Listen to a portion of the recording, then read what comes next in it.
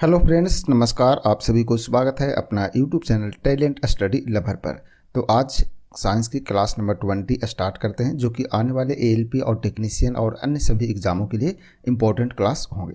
तो चलिए सबसे पहले इस क्लास की ओवरव्यू देख लेते हैं कि इसमें कौन कौन सी टॉपिक क्या क्या देखने को मिलेगी। तो चलिए सबसे पहले देखते हैं ओवरव्यू। तो सबसे पहले आपको इसमें टेस्ट क्वेश्चन देखने को मिलेंगे, जो कि जिसका आंसर आप कमेंट में जरूर बताइएगा, ठीक है।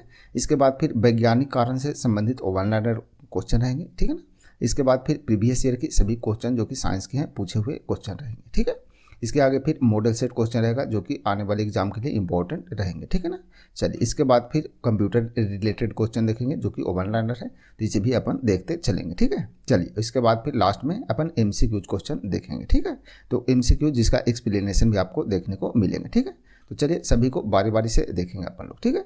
और इस क्लास की पीडीएफ आपको टेलीग्राम पर मिल जाता है, तो आप टेलीग्राम ज्वाइन कर लीजिएगा। आपको डिस्क्रिप्शन बॉक्स में इसका लिंक मिल जाएगा, ठीक है। और वहाँ से आप पीडीएफ डाउनलोड कर रिवीजन करते रहेंगे, ठीक है। तो चलिए शुरू करते हैं आज की क्लास। तो सबसे पहले है टेस्ट क्वेश्चन। टेस्ट क्वेश्चन में खारे पानी में निम्नलिखित में से क्या उपस्थित नहीं है, ये बताना है। तो खारे पानी में निम्नलिखित में से क्या उपस्थित नहीं है, ठीक है। तो इसका आंसर आप कमेंट में बताइएगा, और इसका आंसर आपको पीडीएफ में मिल जाते हैं, ठीक है। चलिए आगे वैज्ञानिक कारण से संबंधित वन लाइनर क्वेश्चन, जिसे देखते हैं। सबसे पहले है समुद्र के पानी में लवणता का कारण है। तो समुद्र के पानी में जो लवणता है उसका कारण क्या होता है? तो इसका कारण होता है सोडियम क्लोराइड। क्या होता है? सोडियम क्लोराइड होता है, ठीक है। चलिए आगे है किसके कारण एक वस्तु दूसरे से चिपकती है। तो किसके कारण एक वस्तु जो है वो दूसरे वस्तु से चिपकती है? तो इसका कारण होता है असंजक बल। क्या होता है? असंजक बल के कारण, ठीक है। चलिए आगे हम द्रवों में श्यानता किसके कारण होती है। तो द्रवों में जो श्यानता होता है वो किसके कारण होता है? तो यह जो होता है वो ससंजक बल के कारण होता है। किसके कारण होता है? ससंजक बल के कारण द्रवों में श्यानता होते हैं। नेक्स्ट है जल में पड़ी परख नली चमकता है। तो जल में जो पड़ी हुई परख नली रहता है वो चमकता है। तो इसका कारण क्या है चमकने का? तो इसका कारण होता है क्या? पूर्ण आंतरिक परिवर्तन के कारण, यानी कि पूर्ण आंतरिक परिवर्तन के कारण क्या होता है? चमकता है, ठीक है ना। तो इसे भी आप ध्यान में रखेंगे। चलिए नेक्स्ट है आगे, कांच में आए दरार चमकता है। तो कांच में जब दरार आता है तो वह क्यों चमकता है, ये बताना, ठीक है। तो कांच में दरार आता है तो क्यों चमकता है? तो यह भी पूर्ण आंतरिक परावर्तन के कारण ही चमकता है, ठीक है। चलिए नेक्स्ट है पहाड़ पर चढ़ता हुआ व्यक्ति आगे की ओर झुक जाता है। तो इसका कारण क्या है, क्यों झुक जाते हैं? तो ये अस्थायित्व को बढ़ाने के लिए, यानी कि अस्थायित्व है उसके बढ़ाने के लिए अपने क्या करते हैं, आगे की ओर या झुक जाते हैं पहाड़ पर। कोई भी व्यक्ति जब पहाड़ पर चढ़ते हैं तो, ठीक है ना। तो अस्थायित्व को बढ़ाने के लिए, ठीक है। तो इसका आंसर होगा। चलिए बढ़ते हैं आगे। नेक्स्ट है प्रीवियस ईयर की सभी पूछे हुए क्वेश्चन है, तो इसे भी आप रिवीजन जरूर कीजिएगा, ठीक है। चलिए देखते हैं फ्यूज का तार पतला और लंबा क्यों बनाया जाता है। तो इसका कारण क्या है? तो फ्यूज का तार लंबा और पतला क्यों बनाया जाता है? क्योंकि पतले तारों में उच्च प्रतिरोधकता और कम गलनांक होता है, ठीक है ना। तो पतले तार में क्या होता है, प्रतिरोधकता जो होता है उच्च होता है और गलनांक कम होता है, इसीलिए फ्यूज का तार पतला और लंबा बनाया जाता है। नेक्स्ट है कशेरुकियों के लीवर में SER क्या महत्वपूर्ण भूमिका निभाता है, ठीक है। तो यह इसका मुख्य जो भूमिका रहता है वो होता है विष और औषधियों का मिश्रण करता है। क्या करता है? विष और औषधियों का मिश्रण करता है। कौन करता है? कशेरुकियों में SER का महत्वपूर्ण भूमिका होता है। चलिए आगे है ओम का नियम क्या है। तो ओम का नियम होता है V = IR। तो इसे ध्यान रखिएगा, ठीक है ना। तो V = IR, इससे आपका ओम आपको क्या बोलते हैं क्वेश्चन भी आता है, मैथमेटिक्स टाइप की बनाने के लिए भी आता है, ठीक है ना। तो इसे भी ध्यान रखेंगे V = IR, ठीक है। चलिए आगे फिर अपन लोग इस टाइप के इससे रिलेटेड इस सूत्र पर क्वेश्चन आएगा, तो इसे भी अपन देखते चलेंगे, ठीक है ना। चलिए बढ़ते हैं आगे।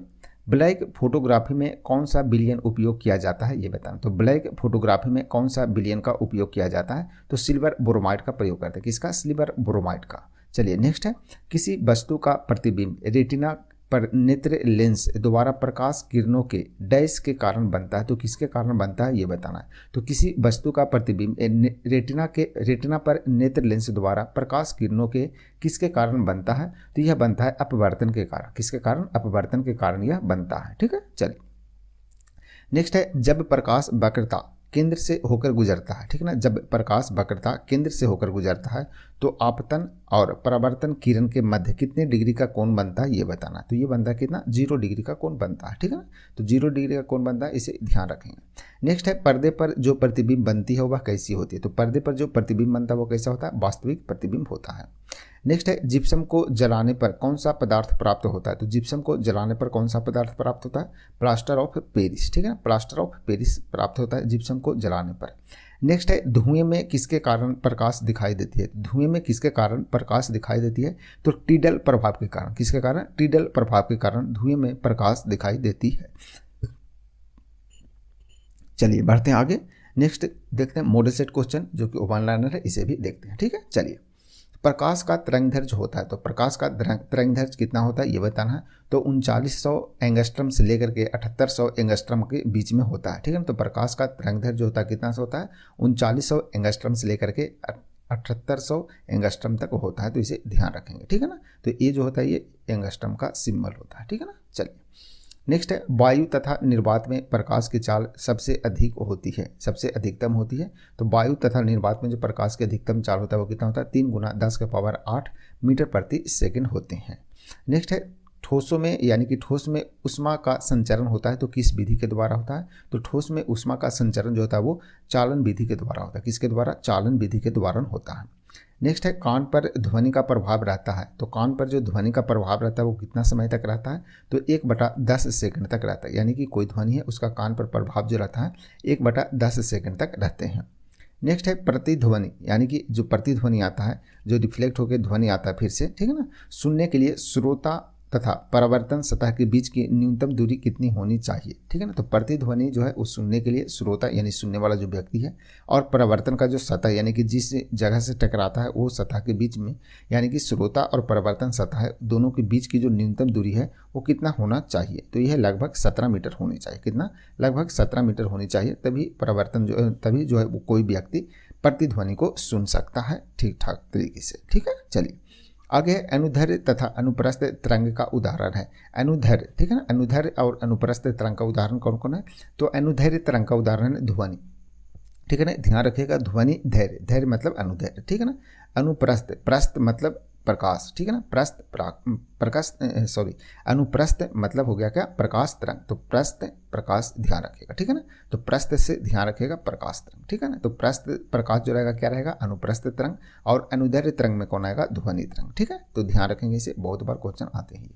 नेक्स्ट है सेकेंडरी लोलक का आवर्तकाल होता है तो कितना समय होता है, तो 2 सेकंड होता है। ठीक है ना, तो सेकेंडरी लोलक जो होता है उसका आवर्तकाल कितना होता है, 2 सेकंड होते हैं। ठीक है, चलिए आगे है लोलक का आवर्तकाल निर्भर नहीं करता है, तो किस पर निर्भर नहीं करता है, तो लोलक का आवर्तकाल जो है वो द्रव्यमान पर निर्भर नहीं करता है। ठीक है ना, किस पर निर्भर नहीं करता है, तो द्रव्यमान पर निर्भर नहीं करता है। ठीक है, चलिए नेक्स्ट देखते हैं computer related one liner question है, इसे भी देख लेते हैं। ठीक है, चलिए तो सबसे पहले कंप्यूटर में काम करने के लिए किस सॉफ्टवेयर का प्रयोग किया जाता है, तो इसका आंसर होगा आपका क्या, एप्लीकेशन का उपयोग किया जाता है। किसका, एप्लीकेशन का उपयोग करते हैं। ठीक है, नेक्स्ट है डाटा प्रोसेसिंग का अर्थ है, तो डाटा प्रोसेसिंग का अर्थ क्या होता है, तो इसका आंसर है वाणिज्यिक उपयोग यानी कि कॉमर्शियल उपयोग के लिए जानकारी तैयार करना। ठीक है ना, तो डाटा प्रोसेसिंग का अर्थ होता है कि वाणिज्यिक उपयोग के लिए जानकारी को क्या करना, तैयार करना।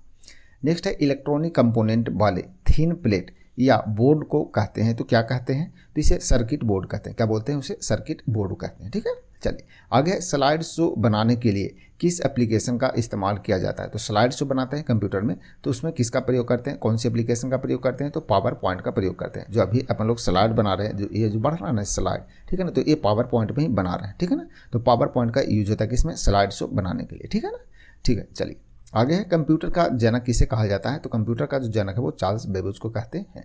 नेक्स्ट है डम्ब टर्मिनल क्या है, तो डम्ब टर्मिनल क्या है, तो सेंट्रल कंप्यूटर। ठीक है ना, तो डम्ब टर्मिनल क्या है, तो सेंट्रल कंप्यूटर डम्ब टर्मिनल है। ठीक है, चलिए तो ये था कंप्यूटर से रिलेटेड कुछ वन लाइनर क्वेश्चन, तो आप रिवीजन जरूर कीजिएगा सभी को। चलिए अब देखते हैं एमसीक्यूज क्वेश्चन, तो एमसीक्यूज क्वेश्चन का सबसे पहला क्वेश्चन देखते हैं। ठीक है, चलिए तो पहला क्वेश्चन है निम्नलिखित में से अंकुरन के लिए, ठीक है ना, अंकुरन के लिए सामान्यतः किसकी आवश्यकता नहीं होती है ये बताना है। तो अंकुरन के लिए किसकी आवश्यकता निम्न में से किसका नहीं होता ये बताना। ठीक है, चलिए तो इसका राइट आंसर है आपका ऑप्शन नंबर बी। ठीक है ना, ऑप्शन बी यानी कि प्रकाश, तो प्रकाश का आवश्यकता नहीं होता है किसी भी बीज के अंकुरन के लिए। ठीक है, चलिए इंपॉर्टेंट पॉइंट देख लेते हैं। तो बीज के अंकुरन के लिए पानी, हवा, ताप, ये 3 चीज़ आवश्यक होता है। तो कौन कौन होता है, पानी, हवा और ताप आवश्यक होता है, जबकि मिट्टी तथा प्रकाश जो होता है वो आवश्यक नहीं होता है। तो दोनों पॉइंट याद रखिएगा, मिट्टी और प्रकाश जो आवश्यक है वो नहीं होता, जबकि पानी, हवा और ताप तीनों आवश्यक होते हैं किसी भी बीज की अंकुरन होने के लिए। चलिए नेक्स्ट है क्वेश्चन नंबर 2, पौधों में जल की ऊपर की ओर गति कहलाती है। तो जब पौधों में जल की जो ऊपर की ओर गति होता है उसे क्या कहते हैं ये बताना, ठीक है। चलिए तो इसे क्या कहते हैं, इसे ऑप्शन नंबर, इसका राइट आंसर क्या होगा, तो इसका राइट आंसर आपका ऑप्शन डी, ठीक है ना। उसे क्या बोलते हैं, रसारोहण बोलते हैं। क्या बोलते हैं, रसारोहण। जो जब जल में पौधों में जल जो है वो ऊपर की ओर गति करती है यानी कि जाती है, तो उसे क्या बोलते हैं, रसारोहण बोलते हैं, ठीक है। चलिए इंपॉर्टेंट पॉइंट देख लेते हैं। पौधों में जड़ों के मूल रोमों, ठीक है ना, मूल रोम जो होते हैं द्वारा भूमि से पानी का अवशोषण, ठीक है ना, भूमि से पानी का जो अवशोषण होता है अर्थात ऊपर की ओर चढ़ने की क्रिया को क्या बोलते हैं, रसारोहण कहते हैं, ठीक है ना। जो कि गुरुत्वाकर्षण बल के विपरीत होता है। गुरुत्वाकर्षण बल क्या होता है, तो ऊपर की वस्तु को नीचे खींचते हैं, ठीक है ना। कोई वस्तु जब आसमान में फेंकते हैं और नीचे आता है तो गुरुत्वाकर्षण बल के कारण होता है। लेकिन कोई पौधा है, ठीक है ना, ये पौधा है और इसका जो पानी है वो ऊपर की ओर चढ़ता है तो गुरुत्वाकर्षण क्या हो रहा है, विपरीत हो रहा है। तो यही बोल रहा है, ठीक है ना। गुरुत्वाकर्षण क्या होता है, विपरीत या कार्य करता है। यानी कि कोई पौधा में जल ऊपर की ओर जाता है तो यह किसके विपरीत कार्य करता है, तो गुरुत्वाकर्षण बल के विपरीत कार्य करता है, ठीक है। तो इसे भी ध्यान रखेंगे। और उसे क्या बोलते हैं, तो उसे रसारोहण कहते हैं। यह जाइलम बेसल्स, ठीक है ना, जाइलम बेसल्स के ल्यूमेन के रास्ते होता है। किसके रास्ते होता है, तो जाइलम बेसल्स के ल्यूमेन रास्ते से होता है, ठीक है ना। तो इसे भी ध्यान रखेंगे। चलिए बढ़ते हैं आगे। नेक्स्ट है क्वेश्चन नंबर 3, देखते हैं। सबसे अधिक लोहा पाया जाता है, तो सबसे अधिक जो लोहा है बाई ऑप्शन किस में पाया जाता है ये बताना, ठीक है। चलिए तो इसका राइट आंसर है आपका option number B, option B, यानी कि हरी सब्जी में सबसे अधिक लोहा पाया जाता है। चलिए इंपॉर्टेंट पॉइंट देख लेते हैं। उपयुक्त विकल्प में दिया गया सबसे अधिक जो है लोहा पाया जाता है तो हरी सब्जी में पाया जाता है, ठीक है ना। और हरी सब्जी में भी सबसे अधिक मेथी के पत्ता में सबसे अधिक होता है लोहा, ठीक है ना। लोहे की मात्रा सर्वाधिक होती है, तो सर्वाधिक मेथी के पत्ते में लोहा की मात्रा पाया जाता है, ठीक है। बाकी पालक, सेम, राजमा ये सभी में भी लोहे उत्तम रूप से पाया जाता है, ठीक है। तो इसे भी ध्यान रखेंगे।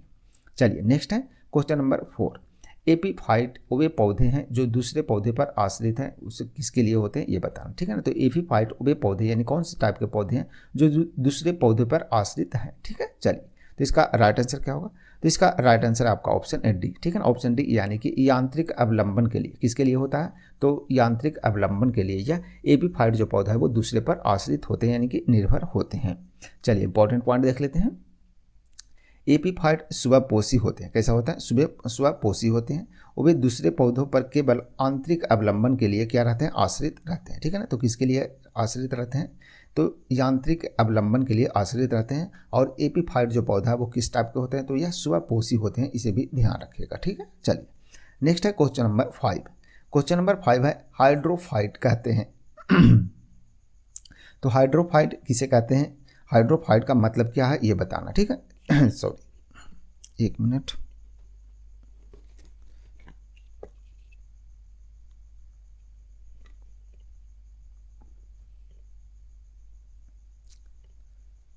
चलिए देखते हैं हाइड्रोफाइट का मतलब क्या होता है, तो ये बताना, ठीक है ना। तो हाइड्रोफाइट कहते हैं, तो हाइड्रोफाइट का मतलब क्या होता है ये बताना, ठीक है। चलिए तो इसका राइट आंसर है आपका ऑप्शन नंबर बी, ठीक है ना। हाइड्रोफाइट मतलब होता है बिना मिट्टी का पौधा, यानी कि बिना मिट्टी का जो पौधा उगाया जाता है उसे हाइड्रोफाइट कहते हैं, ठीक है ना। चलिए इंपॉर्टेंट पॉइंट देख लेते हैं। तो जल में उगने वाली जो वनस्पति को क्या बोलते हैं, हाइड्रोफाइट कहते हैं। यानी कि हाइड्रोफाइट जो होता है वो जल में उगने वाली वनस्पति होती है, यानी कि इसमें मिट्टी का प्रयोग नहीं होता है, ठीक है ना। आगे बता रहा क्या, इन वनस्पतियों को मिट्टी की आवश्यकता होती भी है और नहीं भी होती है, ठीक है ना। यानी कि वो निर्भर करता है कि आप उपजा कैसे रहे, ठीक है ना। आप वनस्पति को कैसे उगा रहे हैं। यदि मिट्टी में उगाएंगे तो मिट्टी की ज़रूरत होगी, यदि मिट्टी की ज़रूरत नहीं है तो आप पानी में भी उगा सकते हैं, ठीक है ना। तो जो पानी में उगाते हैं उसे ही हम बोलते हैं क्या, हाइड्रोफाइट। हाइड्रो का मतलब ही होता है जल, ठीक है ना। तो ध्यान रखिएगा, जहाँ भी हाइड्रो वर्ड आए वहाँ समझिएगा कि जल से रिलेटेड कुछ न कुछ बातें हैं, ठीक है। चलिए बढ़ते हैं आगे। नेक्स्ट है क्वेश्चन नंबर 6। क्वेश्चन नंबर 6 है पर्यावरण का अजैव अवयव का उदाहरण डैश है, यानी कि पर्यावरण का अजैव अवयव का उदाहरण कौन है ये बताना, ठीक है। चलिए तो इसका राइट आंसर है आपका ऑप्शन सी, यानी कि वायु, ठीक है ना। वायु क्या है, तो पर्यावरण का अजैव अवयव का उदाहरण है कौन, वायु, ठीक है ना। चलिए देखते हैं इंपॉर्टेंट पॉइंट। वनस्पति तथा जानवर दोनों क्या है, जैव अवयव है, ठीक है ना। तो वनस्पति और जानवर दोनों क्या है, जैव अवयव है, जबकि वायु एक क्या है, अजैव अवयव का उदाहरण है। इसी प्रकार मिट्टी, जल, ताप ये सभी क्या है, अजैव अवयव है, ठीक है ना। तो मिट्टी, जल, ताप ये सभी के सभी क्या है, तो अजैव है, ठीक है ना। अजैव मतलब जो कभी खत्म नहीं होता, कभी मिट्टी, जल, ताप ये सभी खत्म होना मुश्किल है पृथ्वी से, इसीलिए इसे अजैव में रखते हैं, ठीक है ना। चलिए बढ़ते हैं आगे। नेक्स्ट है क्वेश्चन नंबर क्या, 7, ठीक है ना। क्वेश्चन नंबर 7 देखते हैं। हरे पौधों को कुल कितने पोषक तत्व की आवश्यकता होती है, ये ध्यान रखिएगा, ठीक है ना। तो हरे पौधों को कुल कितने पोषक तत्वों की आवश्यकता होती है, ये बताना, ठीक। चलिए, तो इसका राइट आंसर आपका ऑप्शन सी, ऑप्शन सी, यानी कि टोटल कितने होते हैं, 16 पोषक तत्वों की आवश्यकता पड़ती है हरे पौधों को, ठीक है। चलिए देखते हैं इंपॉर्टेंट पॉइंट। हरे पौधों में कुल 16 पोषक तत्व की आवश्यकता होती है, जिसमें कौन कौन होता है, calcium, phosphorus, potassium, chlorine, magnesium, लोहा, सल्फर, मैग्नीज, मॉलिब्डेनम, तांबा, zinc, boron, nitrogen, carbon, oxygen तथा हाइड्रोजन आदि होते हैं, ठीक है। तो ये सभी को आप 1-2 बार रिवीजन जरूर कीजिएगा, ठीक है ना, तो आपको ध्यान में रहेगा। तो टोटल कितने आवश्यकता होते हैं ये तो आप ध्यान में रखेंगे, टोटल कितने होते हैं, 16 होते हैं, ठीक है। चलिए बढ़ते हैं आगे। नेक्स्ट है क्वेश्चन नंबर 8। निम्नलिखित पादप अंगों में से कौन सा अंग श्वसन अंग है, ये बताना है, ठीक है ना। तो निम्नलिखित में से पादप अंग है, उनमें से कौन श्वसन अंग है, ये बताना। तो कौन श्वसन करता है, जो कोई पौधा है उसमें, ठीक है ना, यानी कि पौधे में श्वसन का जो क्रिया है वो कौन करता है, ये बताना। तो इसका राइट आंसर है आपका ऑप्शन बी, ठीक है, ऑप्शन बी, यानी कि पत्ती। कौन करता है, पत्ती का कार्य है, ठीक है ना। तो पत्ती जो होता है पादप में क्या होता है, श्वसन अंग होते हैं, ठीक है। चलिए देखते हैं इंपॉर्टेंट पॉइंट। पौधों में पत्ती अंग पौधों में पत्ती श्वसन अंग होता है, क्या होता है, श्वसन अंग होता है। पत्तियां दिन में कार्बन डाइऑक्साइड लेकर ऑक्सीजन गैस छोड़ती है, तो कार्बन डाइऑक्साइड को वो क्या करती है, लेती है, और ऑक्सीजन को वह छोड़ देती है, एवं प्रकाश संश्लेषण की क्रिया द्वारा कार्बोहाइड्रेट का निर्माण करती है, और प्रकाश संश्लेषण करती है तो क्या करती है, कार्बोहाइड्रेट का यह निर्माण करता है, ठीक है। तो ध्यान रखिएगा इसे। चलिए बढ़ते हैं आगे। नेक्स्ट है क्वेश्चन नंबर 9। एक पिंड किसी द्रव में तैर रहा है, ठीक है ना, एक पिंड है जो किसी द्रव में तैर रहा है। पिंड और द्रव का घनत्व क्या है, बराबर है, ठीक है। अगर पिंड को नीचे की ओर दबाकर छोड़ दिया जाए तो क्या होगा, ये बताना है, ठीक है। चलिए, तो इसका राइट आंसर क्या होगा, तो इसका राइट आंसर आपका ऑप्शन डी, ठीक है ना, ऑप्शन डी, यानी कि जहां उसे छोड़ा जाएगा वहीं रहेगा, ठीक है ना। क्यों रहेगा, तो चलिए देखते हैं, ठीक है। चलिए, तो एक पिंड किसी द्रव्य में तैर रहा है, ठीक है ना। पिंड और द्रव का घनत्व क्या है, घनत्व यहाँ पर आपस में बराबर है। अगर पिंड को नीचे की ओर दबाकर छोड़ दिया जाए तो जहां उसे छोड़ा जाएगा वहीं रहेगा। उल्लेखनीय है कि यदि वस्तु का घनत्व द्रव के घनत्व से कम है, ठीक है ना, क्या किसी वस्तु का घनत्व द्रव के घनत्व से कम है तो वह उस द्रव में तैरती है, ठीक है ना। तो वस्तु का जब घनत्व कम रहेगा तो क्या होगा, उस पर वह तैरेगा ही। कोई द्रव है उसके घनत्व से कम रहेगा किसी वस्तु का घनत्व, तो क्या होगा, तैरेगा ही, ठीक है ना, इसलिए वह वस्तु वहीं रहेंगे, ठीक है। चलिए बढ़ते हैं आगे। नेक्स्ट क्वेश्चन नंबर 10 की ओर। पेचिश रोग के लिए उत्तरदायी प्रोटोजोआ है, तो पेचिश रोग के लिए जो उत्तरदायी जो रिस्पॉन्सिबल प्रोटोजोआ है वो कौन है, ये बताना, ठीक है। चलिए, तो इसका राइट आंसर आपका ऑप्शन ए, यानी कि एंट अमीबा, ठीक है ना। एंट अमीबा हिस्टोरिका जो होता है, प्रोटोजोआ होता है, उसके कारण क्या होता है, पेचिश रोग होते हैं, ठीक है। चलिए इंपॉर्टेंट पॉइंट देख लेते हैं। एंट अमीबा, ठीक है ना, एंट अमीबा जो होता है प्रोटोजोआ समुदाय का सूक्ष्मतम है, ठीक है ना। प्रोटोजोआ समुदाय का सबसे सूक्ष्मतम है, जिसे क्या बोलते हैं, एंट अमीबा कहते हैं, जिसकी संक्रमित अवस्था ट्रोफोजियाइट, ठीक है ना, ट्रोफोजियाइट बोलते हैं, ठीक है ना। इसकी संक्रमित जो अवस्था रहता है उसे ट्रोफोजियाइट बोलते हैं। यह मनुष्य के कोलोन, ठीक है ना, कोलोन में पाया जाता है। पेचिश रोग एंट अमीबा हिस्टोरिका द्वारा फैलता है, ठीक है ना, तो एंट अमीबा हिस्टोरिका के द्वारा यह फैलता है, तो ध्यान रखेंगे। चलिए नेक्स्ट है क्वेश्चन नंबर 11 देखते हैं। सामान्यतः मनुष्य के स्वास्थ्य एवं अनुकूल जलवायु के लिए अपेक्षित आर्द्रता कितनी होनी चाहिए, ये बताना, ठीक है। चलिए, तो सामान्य मनुष्य के स्वास्थ्य एवं अनुकूल जलवायु के लिए अपेक्षित आर्द्रता कितनी होनी चाहिए, ये बताना, ठीक है। चलिए, तो इसका राइट आंसर है आपका ऑप्शन ए, यानी कि 60 से 65% होना चाहिए। चलिए इंपॉर्टेंट पॉइंट देख लेते हैं। मनुष्य के स्वास्थ्य एवं अनुकूल जलवायु के लिए 23 डिग्री से लेकर के 25 डिग्री सेंटीग्रेड तक ताप तथा 60 से लेकर के 65% के बीच आर्द्रता होनी चाहिए, ठीक है। एयर कंडीशनर यानी कि जब एसी लगे रहते हैं कमरे में तो इसी ताप को और आर्द्रता को क्या रखता है, बनाए रखता है, यानी कि जो ताप है वो 23 से 25 डिग्री का ताप और 60 से 65% आर्द्रता क्या रखता है, वो बनाए रखता है, ठीक है। इसीलिए एयर कंडीशनर में कमरे जो रहते हैं उसमें अच्छा लगता है बैठने में, ठीक है। चलिए बढ़ते हैं आगे। नेक्स्ट है क्वेश्चन नंबर 12। क्वेश्चन नंबर 12 है इंसुलिन की खोज की थी, तो इंसुलिन की खोज किसके द्वारा किया गया था, ये बताना, ठीक है। चलिए, तो इसका राइट आंसर है आपका ऑप्शन ए, यानी कि बेंटिंग के द्वारा इंसुलिन का खोज किया गया था, ठीक है। चलिए इंपॉर्टेंट पॉइंट देख लेते हैं।